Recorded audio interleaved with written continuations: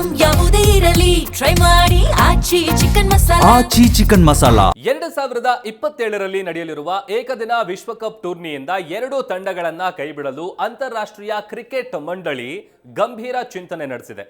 ಇತ್ತೀಚೆಗೆ ಸ್ಕಾಟ್ಲೆಂಡ್ನ ಎಡೆನ್ಬರ್ಗ್ನಲ್ಲಿ ನಡೆದ ಐಸಿಸಿ ವಾರ್ಷಿಕ ಸಮ್ಮೇಳನದಲ್ಲಿ ಈ ಪ್ರಮುಖ ಪ್ರಸ್ತಾಪದ ಬಗ್ಗೆ ಆಡಳಿತ ಮಂಡಳಿ ಸುದೀರ್ಘ ಚರ್ಚೆ ನಡೆಸಿದ್ದು, ಈ ಚರ್ಚೆಯಂತೆ ಮುಂದಿನ ವಿಶ್ವಕಪ್ನಿಂದ 2 ಟೀಮ್ಗಳನ್ನ ಕೈಬಿಡುವ ಸಾಧ್ಯತೆ ಇದೆ.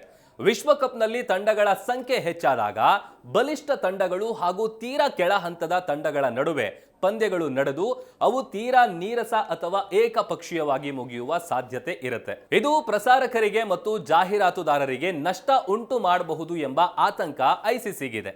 ಇದೇ ಕಾರಣದಿಂದಾಗಿ 2 ತಂಡಗಳಿಗೆ ಕೋಕ್ ನೀಡಲು ಚಿಂತಿಸಲಾಗಿದೆ. 2027ರ ಏಕದಿನ ವಿಶ್ವಕಪ್ನಲ್ಲಿ ಒಟ್ಟು 14 ತಂಡಗಳನ್ನ ಕಣಕ್ಕಿಳಿಸಲು ನಿರ್ಧರಿಸಲಾಗಿತ್ತು. ಐಸಿಸಿ ಇದೀಗ ತನ್ನ ನಿರ್ಧಾರ ಬದಲಿಸಿ 12 ತಂಡಗಳಿಗೆ ಮಾತ್ರ ಅವಕಾಶ ನೀಡಲು ಮುಂದಾಗಿದೆ. ಮತ್ತೊಂದು ಕಡೆ ವಾಣಿಜ್ಯ ಲಾಭಕ್ಕಾಗಿ ಇದೊಂದು ರೀತಿ ಮಾಸ್ಟರ್ ಪ್ಲಾನ್ ಅನ್ನುವಂಥ ಪ್ರಶ್ನೆ ಇದೆ. ಯಾಕಂತಂದ್ರೆ ಮೂಲಗಳ ಪ್ರಕಾರ ಮುಂಬರುವ ಜಾಗತಿಕ ಪ್ರಸಾರ ಹಕ್ಕುಗಳ ಮಾತುಕತೆಯ ವೇಳೆ ಗರಿಷ್ಠ ವಾಣಿಜ್ಯ ಲಾಭ ಗಳಿಸೋದು ಐಸಿಸಿಯ ಮುಖ್ಯ ಉದ್ದೇಶ ಆಗಿದೆ.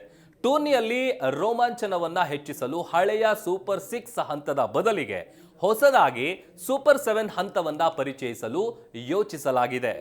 ಈ ಹೊಸ ಮಾದರಿಯಿಂದಾಗಿ ಕ್ರಿಕೆಟ್ ಜಗತ್ತಿನ ಅತ್ಯಂತ ದೊಡ್ಡ ಹೈ ವೋಲ್ಟೇಜ್ ಪಂದ್ಯವಾದ ಭಾರತ ಮತ್ತು ಪಾಕಿಸ್ತಾನ ನಡುವಿನ ಹಣಾಹಣಿಗಳು ಹೆಚ್ಚು ಬಾರಿ ಎದುರಾಗುವ ಸಾಧ್ಯತೆ ಇರುತ್ತೆ.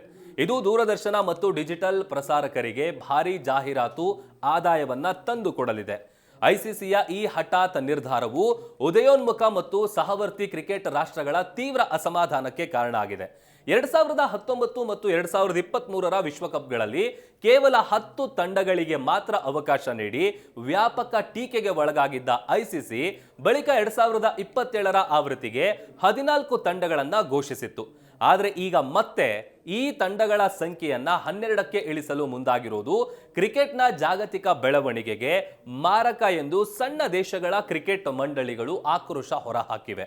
ಹೊಸ ನಿಯಮದ ಪ್ರಕಾರ ಜಾಗತಿಕ ಅರ್ಹತಾ ಸುತ್ತಿನಿಂದ ವಿಶ್ವಕಪ್ಗೆ ಆಯ್ಕೆಯಾಗುವ ತಂಡಗಳ ಸಂಖ್ಯೆ 4ರಿಂದ ಕೇವಲ 2ಕ್ಕೆ ಕುಸಿಯಲಿದೆ. ಆತಿಥೇಯ ರಾಷ್ಟ್ರಗಳಾದ ಸೌತ್ ಆಫ್ರಿಕಾ ಮತ್ತು ಜಿಂಬಾಬ್ವೆ ನೇರ ಅರ್ಹತೆ ಪಡೆದರೆ ಮತ್ತೊಂದು ಆತಿಥೇಯ ದೇಶ ನಮೀಬಿಯಾ ಹಾಗೂ ಉಳಿದ ಸಹವರ್ತಿ ದೇಶಗಳು ಕೇವಲ 2 ಸ್ಥಾನಗಳಿಗೆ ತೀವ್ರ ಹೋರಾಟ ನಡೆಸಬೇಕಾಗತ್ತೆ. ಇದರಿಂದಾಗಿ ಸಣ್ಣ ಪುಟ್ಟ ದೇಶಗಳು ವಿಶ್ವಕಪ್ನಿಂದ ಸಂಪೂರ್ಣವಾಗಿ ಹೊರಗುಳಿಯುವ ಅಪಾಯ ಕೂಡ ಎದುರಾಗಿದೆ.